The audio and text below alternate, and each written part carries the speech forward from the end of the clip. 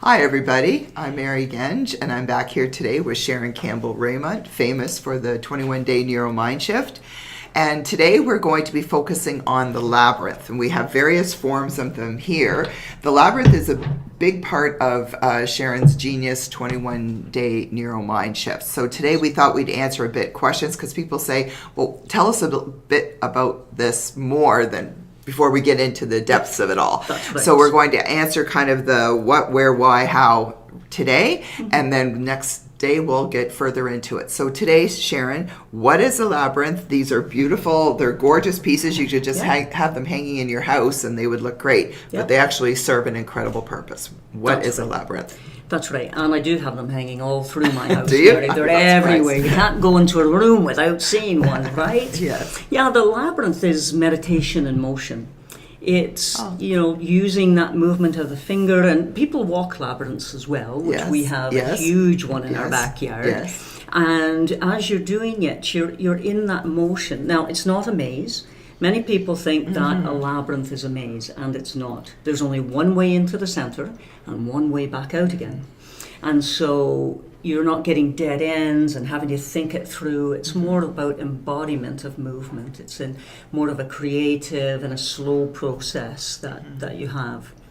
So it's a flow of thought, where a maze, you come up against a barrier, you have to stop and retrace your steps. What's great about a labyrinth is that you can trust it to take you where you're supposed to go, right? So oftentimes we say in a labyrinth, you find yourself. In a maze, you lose yourself. Oh, yes. So the labyrinth is just that pathway. Yes. So where it starts, it ends. Where it begins, it ends. Right. Wonderful. Now, where did it come from?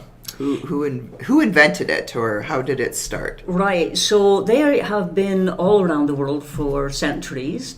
The one that is this one is the Chartres Labyrinth, and it's from the Chartres Cathedral in France. Oh. Yeah, I haven't been there yet, Mary, but I'm sure that you'd like to finance my trip there. Yes, Thank you, we'll Mary. do that. Grand. Yes. Yeah, it's so this one's in the Chartres Cathedral in France. It's on the floor, and this one is called the Cretan Labyrinth. Now, this one is one of the oldest ones. Yeah, this one was made out of clay and just use your finger to move through it as well. The Cretan one is from 1200 BC, so it's about 3,000 years old. This one was put in the cathedrals at about 1240 AD. And so they've been around the world. People and have that been one just using seems so much simpler. Like this one seems, so this would take you longer to go through it. Is there a reason for that? Is that why they were developed?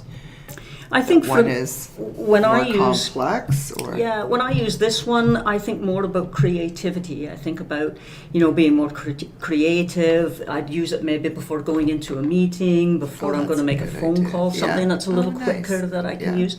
This one is a 7-circuit labyrinth, whereas this one is an 11. Okay. So that's kind of the difference. I was wondering that. Okay. And it does take a little bit longer, and it doesn't matter. I've used these labyrinths for probably 15 years, and it doesn't matter how many times I use it, I still can't guess where I'm going. Is that right? Yeah, that's I wondered that if eventually your mind had it figured out. No? It hasn't for me, and the beauty about this one as well is that not only do I can go clockwise to start, or counterclockwise. So it helps the mind and the brain to have different neurons shooting because you're using it differently. Right. Different hand, different way to do it. So why do we use a labyrinth? Well, there's a number of reasons why we use it. I started using labyrinths because I was a bit of a type A personality. And I find that shocking. Yeah, I know, Mary? Not just type A, I think I was triple A. So I had to calm myself down, but I had a heck of a time sitting and just doing kind of a meditation, and my mind would go all over the place. Yes. And yet, if I used the labyrinth, I was able to have more focus. I was able to create that space and that inner peace and all of those things. It just seemed to help me, especially the walking labyrinths as well. But just using my finger and my eyes to do it, right? And it does help. As I said last week, what happens naturally as I use that labyrinth is that the brain waves will slow down.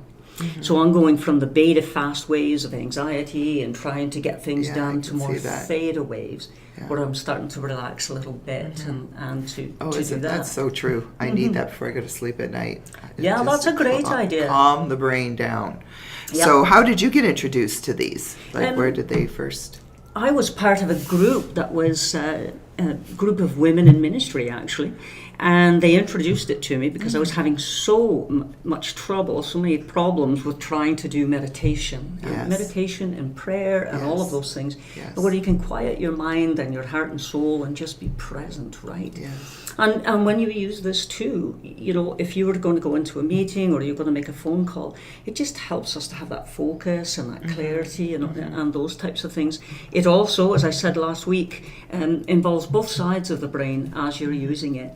So these slow right and left turns start to connect that. And as you connect that, there's your analytical brain. So if you're into something about numbers or you're trying to do that in the meeting, and the other piece would be more clarity, more creativity, easier to make decisions, all those things. Yes, I always thought when I sit down to start a large project, you have to get rid of all the distractions and focus, and it's so helpful for that. So how do you use it? There's 5 stages to it. There are 5 stages to it, and you brought up a very interesting piece as well, Mary, when you said that we get distracted so easily. You know, Microsoft corporations told us that we have less focus than a goldfish. Have you heard that? No. Yeah. Wow. Goldfish can focus for about 9 seconds, and we focus for about 8. Really? Yeah, Wow. I've never sat and watched a goldfish to know that though, but you know, it's a good interesting thing. And the piece about that, what's really important about that, Mary, is that as we're doing this or something, and let's say someone came and asked us a question, we would be so thrown off that it would take at least 15 to 20 minutes to get back to that real intense. I believe that. Right? I believe that very much. Yeah, so distractions are so hard, but this trains the mind to keep that focus, right? Yes, that's great. So the 5 stages. Yeah, quickly. Right. So, so just the 5 are first you get ready. So as I was doing this, I would get myself ready. I would have release as I go into the labyrinth. I would receive here. I would reunite into the world as I come back out again. And then I would write something after.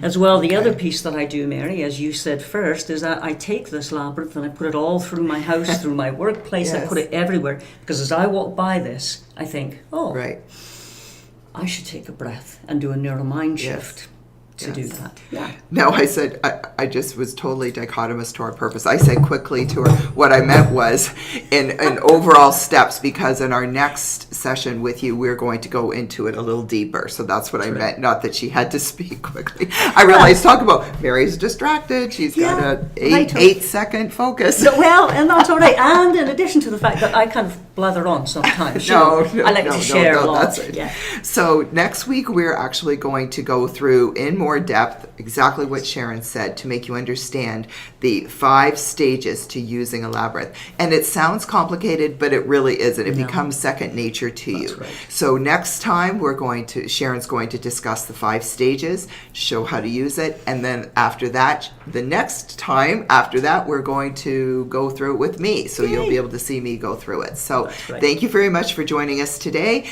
and I hope you learned a little bit about the background of these wonderful inventions, creations, religious, spiritual, and mind-changing instruments. Thank you very much for coming. Thanks. Bye.